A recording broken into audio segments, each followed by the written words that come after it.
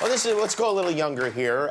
You know, I work in an office, so I have to spend all day with adults who, as you know, are not so great. So every once in a while, I like to spend time with kids. Today, I had some questions to ask, and the questions weren't terrific, but their answers were.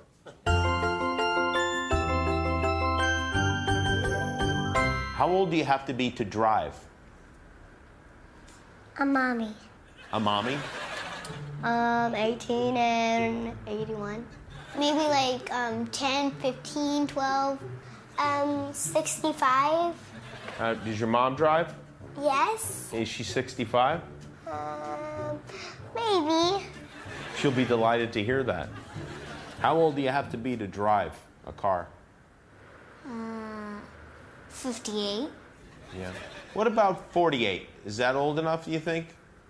What about 38? Do you think it's old enough to drive? What about 68? 68 is good too, yeah. What about 78? What about 88? 88's good, but then there's always 98. Then there has to be 10-8. 10-8? 10-8 might even be too old to drive.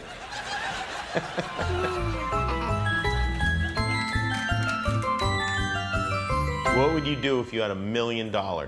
I would buy a flat screen TV. That's it? And a mansion. I would buy like a fun house with bouncy houses and all those fun things in one house. You'd buy a bouncy house? Would you live in it?